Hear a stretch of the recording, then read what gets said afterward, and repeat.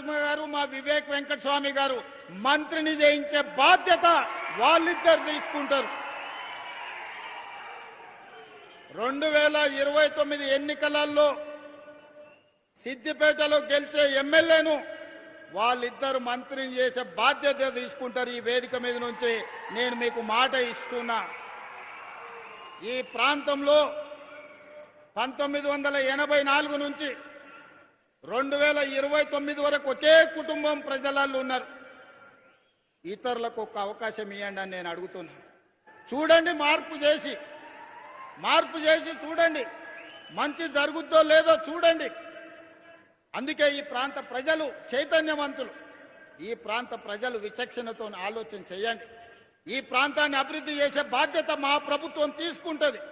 మల్లన్న సాగర్ సమస్య ఉండొచ్చు, ఇతర సాగునీటి ప్రాజెక్టులప్పుడు ఏటిగడ్డ కిష్టాపూర్లో 48 గంటలు నేను దీక్ష కూర్చున్న మల్లన్న సాగర్ అప్పుడు. ఆనాడు దామోదర రాజనరసింహ గారు, రఘునందన్ రావు గారు అందరి ప్రాంత రైతుల కోసం వచ్చి నిలబడ్డారు. ఇళ్ల కరెంటు తీసి ఊర్లకు నీళ్లు వదిలి రాత్రిపూట కొడితే ఆన్నే చితిబేర్చుకొని చనిపోయిన రైతులు ఈ ప్రాంతంలో ఉన్నారు. మేము ఎన్నడూ అట్లా చేయలేదే. రైతులను ఒప్పించి, రైతులను మెప్పించి, నష్టపరిహారం పెంచి మొన్న నారాయణపేట కొడంగల్ ప్రాజెక్టు కడితే ప్రజలు అడిగితే 14 లక్షలు మేము ఇస్తామంటే కాదంటే 20 లక్షలు పెంచి 98.5% రైతులు లైన్లో నిలబడి ప్రభుత్వానికి భూమి ఇచ్చినాకనే నారాయణపేట కొడంగల్ ఎత్తిపోతల పథకాన్ని పనులను నేను ప్రారంభించిన. నా ప్రాంతంలో ప్రాజెక్టు కడితే రైతుకు కష్టం రావద్దు, రైతుకు నష్టం జరగొద్దు అని 98.5% రైతులను ఒప్పించి ఈ రోజు మక్తల్ నారాయణపేట కొడంగల్ ఎత్తిపోతల పథకాన్ని ఈ రోజు పనులు ప్రారంభించిన. మరి అదే ఏటిగడ్డ కిష్టాపూర్ కానీ, రంగనాయక సాగర్ కానీ, లేకపోతే కొండ పోచమ్మ కట్టినప్పుడు రైతుల పట్ల మీరు వ్యవహరించిన తీరు ప్రజలు చూడలేదనుకుంటున్నారా?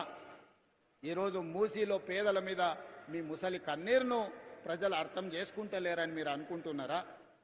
రాజకీయాల కోసం మాట్లాడాలి, ప్రజల మేలు కోసం మాట్లాడాలి, కానీ ఏమీ జరగొద్దు, అడ్డుకోవాలి, వీళ్ళు ఏమి చెయ్యొద్దు, వీళ్ళనేమి చెయ్యనియొద్దు అంటే ఇది ప్రజల పట్ల పగతో వ్యవహరించినట్టే. ప్రతిపక్షం బాధ్యత అది కాదు.